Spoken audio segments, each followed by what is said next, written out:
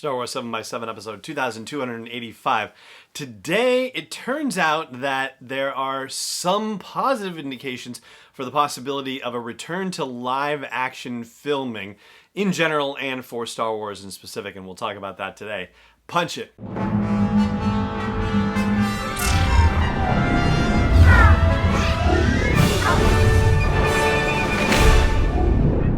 Hey Rebel Rouser, I'm Alan Voivod and this is Star Wars 7x7, your daily dose of Star Wars joy, and thank you so much for joining me for it.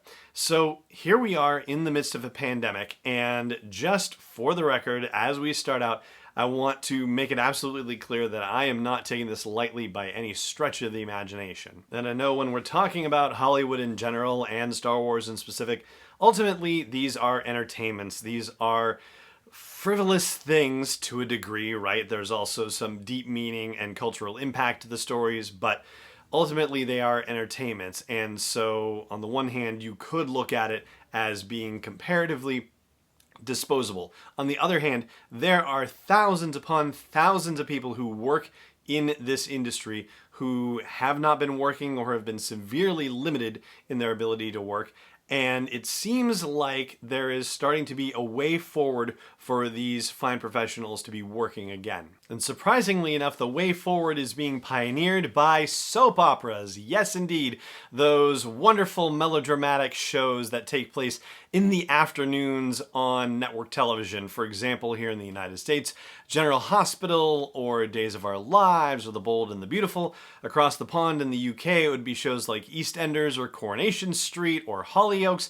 These shows are finding a way forward for filming in the COVID-19 world and have gotten back to something resembling normalcy, even if it's not exactly normal. For example, on American soap operas, when kissing scenes are involved in the script, the workarounds include getting spouses of characters to act as body doubles for the actual actors who are, being shot in the kiss, so shooting over one shoulder so you can see the actual face of the actor who's in it, and then the person you're seeing from behind is actually that person's spouse or girlfriend, not the character, right? But just that person's acting as a body double. Or mannequins have apparently been used as stand-ins for when close contact is needed, including kissing scenes. That's one way to potentially do it.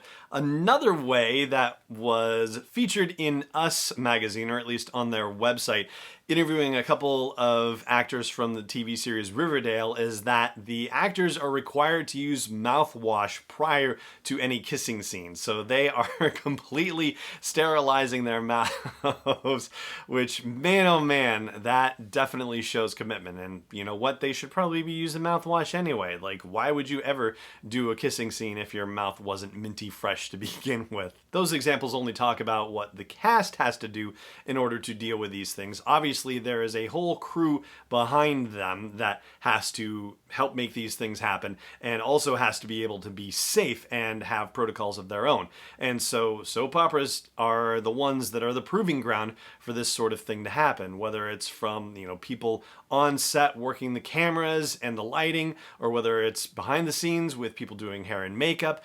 All of these things have protocols being developed and road tested by soap operas right now. And I have been looking for news reports and I'm not really finding any examples of productions being shut down because of COVID infections since production has begun on soap operas in June in the UK and in July in the US. So it seems like they are figuring this out. Of course, this, puts the increased risk of kind of getting lax or just thinking, okay, hey, we've got it dialed, and just letting your guard down, right? No, they got to keep their guard up the whole time. But it seems like this has gone on long enough, 3 months now, where it's possible that a way forward can happen, not just for soap operas, but that it can expand to the entire Hollywood entertainment industry, which then of course means that it can expand to Star Wars production as well. So one would hope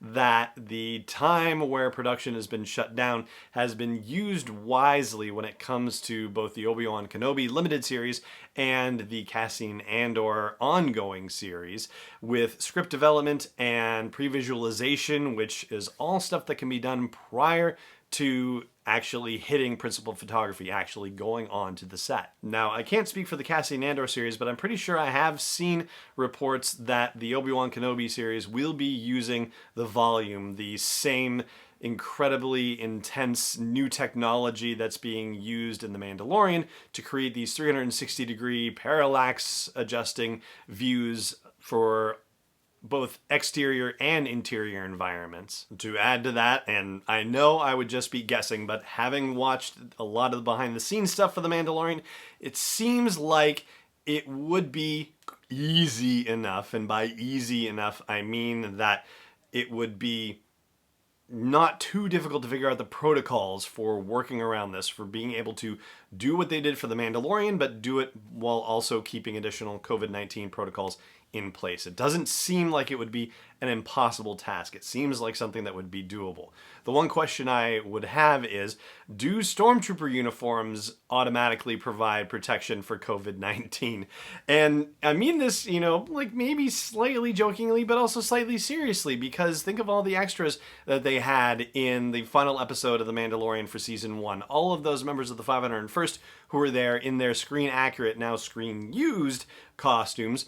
Would that actually provide protection, or would they have to wear masks under their helmets? I don't know. I mean, the real thing, if it was a real thing, should be protective of it, but obviously in our world, that's not the case. So again, the safety and health and welfare of cast and crew is paramount above everything else, but it does seem like there are hopeful signs that production can begin again, and sooner rather than later. Now, there's one other possibility that would allow entertainment franchises and Star Wars in specific to return to filming, and I will share that with you in a moment. But first, I do just want to quickly remind you that if you have not yet rated or reviewed Star Wars 7x7 on your favorite podcast app, I hope today is the day that you will do it. 5 stars if you feel like I deserve it, and I'd rather you be honest, but I'm still hoping for that 5.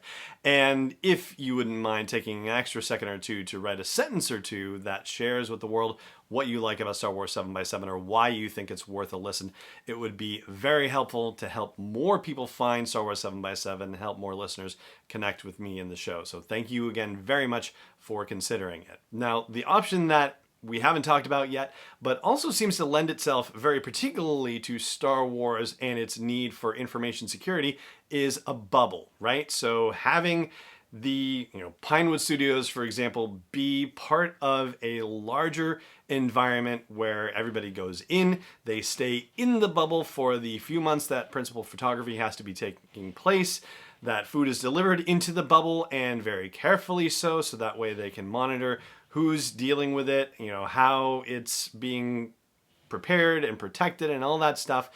Very carefully restricting who gets access to the bubble and how people may come in and out of the bubble, all of those things.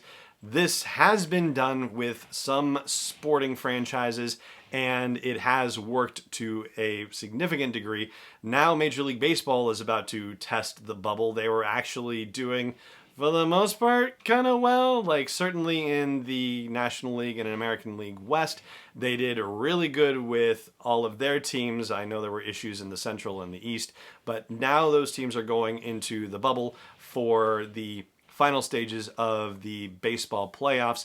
The NBA had their season and still has, I think, the finals going on, maybe.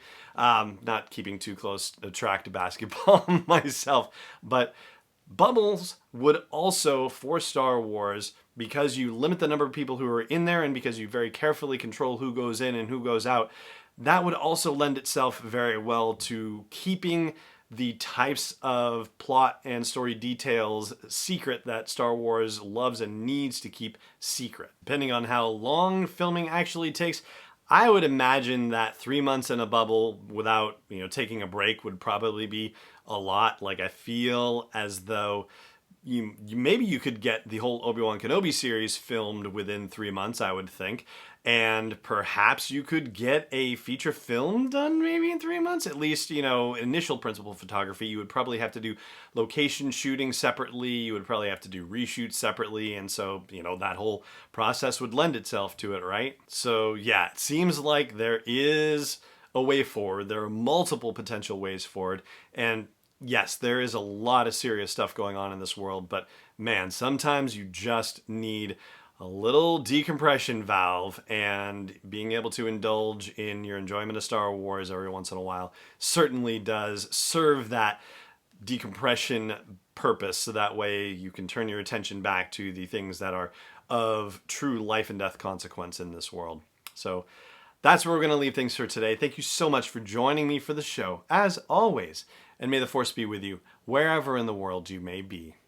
Star Wars 7x7 is not endorsed or sponsored yet by Lucasfilm Limited, Disney, or 20th Century Fox, and is intended for entertainment and information purposes only. Star Wars, the Star Wars logo, all names and pictures of Star Wars characters, vehicles, and any other Star Wars-related items are registered trademarks and/or copyrights of Lucasfilm Limited or their respective trademark and copyright holders. May the Force be with them. All original content is copyright 2020 by Star Wars 7x7. We hope you love it.